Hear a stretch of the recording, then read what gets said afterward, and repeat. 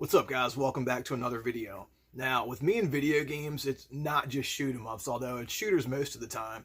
Odds are, if you've ever popped in during a live stream, you've probably seen me play a beat 'em up. You've probably seen me play the Takeover.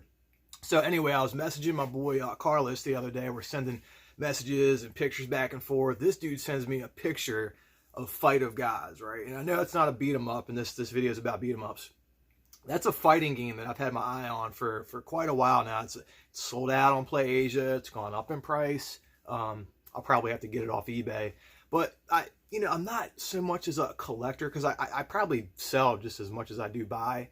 But for games that I'm passionate about, the shooters, the beat 'em ups, I do feel like it's fun to kind of showcase what games I have physically in my game collection. So anyway, guys, without further ado, before we get into these games, just know these aren't all the beat 'em ups on the Nintendo Switch. I am missing a few. So to name a few would be 99 Vitas, Slaps and Beans, Asterix and Obelix. Now I think there's like a few of those that released. That's like a PAL region thing. Raging Justice, although I do have Raging Justice on the PS4 now. Other than those that I just mentioned, if there's any more after I go through these games, please let me know in the comments down below. Please let me know if there's any bangers that I overlooked. Because that's one of the points of these videos, is to kind of showcase all the games. Because there's so many good, especially if you're into retro games, there's so many good games coming out now. It's kind of hard to keep up with them all. So I'm going to go with some of my favorite beat 'em ups on the system. I'm just going to start off big. So first game, Code of Princess. This is a game I played initially on the 3DS. Fun beat 'em up. It's kind of like an RPG beat 'em up, and it's by the makers of Guardian Heroes. And it's kind of funny how they did that on the back case. Be the guardian of all 50 heroes. But other than this release, I'm pretty sure this is exclusive to the Switch. This didn't come out on PlayStation 4 or anything. But yeah, unfortunately, this has kind of gone up in price. And the company that released it, their games are usually in stock. Although I've heard things about this company that's like going out of business or only doing digital releases. I know Ikaruga, thank God I pre-ordered that, even though I'm not a huge fan of Ikaruga, because that's like impossible to get now. But anyway, Code of Princess EX on the Nintendo Switch. Next up here, and a lot of these are going to be sealed, and the only reason why, yes, I do play these games, it's because I download the digital copy. I get impatient, and then I either pre-order the game or see it at the game shop, and got to own the physical copy, right? Scott Pilgrim versus the World, fun beat 'em up, although I'm going to be honest and say I'm not the hugest fan of the source material. I've seen the movie, it's cute, but the gameplay, this video game is where it's at, as far as this series goes anyway. Next up, again, I own this digitally. Double Dragon Neon, pretty cool case there. This game got some pretty harsh criticism, probably because 2D. Well, it's not 2D. Yeah, it's 2D. It's a 2D brawler, pretty much. You can kind of move around like you figure you can on a Double Dragon game or a beat 'em up, but see, it's 2D, I'd say. But yeah, this came out, I guess, during the PlayStation 3 360 period. I'm pretty sure. I didn't own it then or even play it then. I didn't play this till it came out digitally on the Switch. But yeah, pretty cool game for $40. It's in stores that carry those limited run games anyway. And this is a really thick, like heavy, or I should say heavy game. So there must be like a huge manual, or there's something in there, because this thing's like way heavier than a normal Switch game. But anyway, Double Dragon Neon. And again, look at that cover art. Pretty cool stuff. Okay, so these next two, these are probably my two favorite beat 'em ups on the system right now. First one's Fight and Rage. Now, a couple buddies of mine, fellow YouTubers, not everybody's the biggest fan of this game. There are cheap deaths. There's going to be characters, like animal versions of characters from Street Fighter, like in Bison, doing that slide thing he does with his feet. So you're going to see stuff like that in here, and it's not perfect, but I do really like the combo system. And with her, there's supposed to be a move with her where you kind of move your controller like Ryu or Ken to throw a fireball. And you're supposed to be able to do this knee move with her for these like crazy extended combos, and I have not been able to figure that out yet. And that's a damn shame, because I really like this game. And when I figure that out, guys, I'll best believe I'm going to try to YouTube live stream or something. But Great game. Can't say enough good things about this game. And another thing, this is like one of those games that like is so good to me. I own it on the PS4 as well. I try not to get in the habit of doing that, but for games like this, yeah, I get it on the PS4 too. But anyway, Fight and Rage, and this did come with a soundtrack, not a collector's edition, but a soundtrack. And might as well move on to my number one right now, and that is the Takeover. Excellent game, excellent game. A lot of people do compare this to Raging Justice. They're similar. I do like Raging Justice, but I like the Takeover a lot more. And I found out about this initially from BioArmor, a guy on YouTube that we used to frequent this channel, Fancy Action Now, and we're both commenters on his channel. You know, great guy, and I remember he talked about this on Steam. And so I checked it out, and I was like, oh my god, I got to download that. I'm pretty sure it's the same game I'm holding in my hands right now.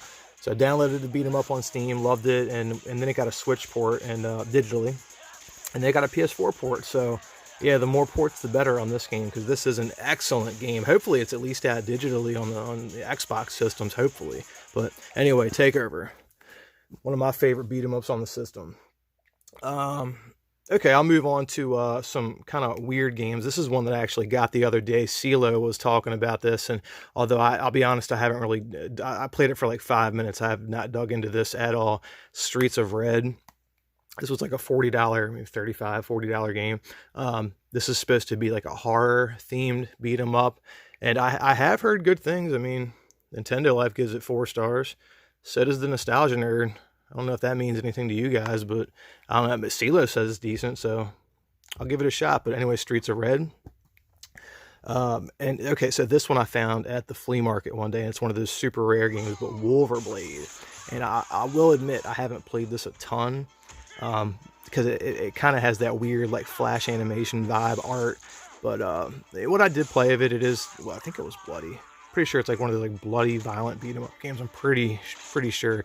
It's been a few months since I actually popped this in, but I found this at the flea market, so it intrigued me, and it wasn't expensive. So yeah, it's one of those weird ones. If you guys want to check it out, look up some gameplay on YouTube or something. But Wolver Blade. Okay, we'll go with this next.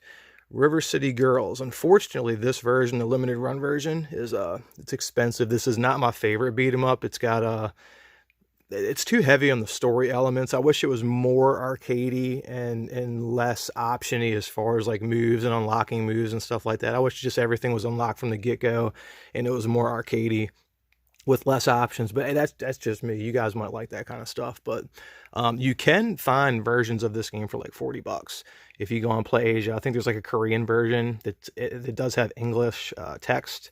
I don't know if there's any English anywhere else in that version. If you guys know, let everyone know in the comments. But there is a Korean version of this. I've seen it on Play Asia. It's like $40. It's even on eBay for like $40-$45. But again, this limited run version is it's like 100 or over 100 now, which is crazy. And there's another alternate cover art where like one of these girls is like kind of like doing like the heart thing, and I wish I had that cover art. The cover art's pretty cool, but maybe it's like one of those like Best Buy cover arts or something, although I don't know if this came out of Best Buy or not. But anyway, River City Girls on the Nintendo Switch. And next up, I have this digitally. So this is a sealed game, but this is the Capcom Belt Action Collection, or Beat 'em Up Collection. So on here, it looks like we have 7 games, maybe more. These are just like, if you guys play like MAME ROMs and have played beat 'em ups for years, none of these are going to be new to you. These are just physically on a cart on the Switch, and these are famous Capcom beat 'em ups that were in the arcade in the late 80s and I guess 90s. I guess most of these are 90s era. If there's any 80s on here, it's late, like Captain Commando, that might have came out in like late 80s, but pretty decent games. And I found this at the flea market, this Japanese version. Yeah, I actually found that at the flea market. Next up, this is everybody's favorite beat 'em up on the system. Why, I don't know. It's decent. It's decent. My favorite character, Streets of Rage 4. My favorite character is this girl right here holding this guitar, because I can combo way better with her. Maybe I'm just not that versed in this game, but the people that love beat 'em ups, they love Streets of Rage 4. They keep raving about it. And this is sealed because I don't know if I just mentioned this, but I own this digitally on my Switch. There is a Game of the Year edition that I saw that came out recently. I guess it's got whatever DLC came out for this game on the cart. I would assume, I would hope that that's what would be on there. But yeah, there's a newer version. And I remember when this came out, this was a limited run release. And then I think that same week or soon after, I actually saw this at GameStop. And I was like, interesting. So this company here, they looks like they published it as well. So yeah, looks like Limited Run wasn't the only ones to have published this, but Streets of Rage 4. Up next, we have Jay and Silent Bob Mall Brawl. I have, honestly, I own this digitally, but for whatever reason, I actually did open this one up.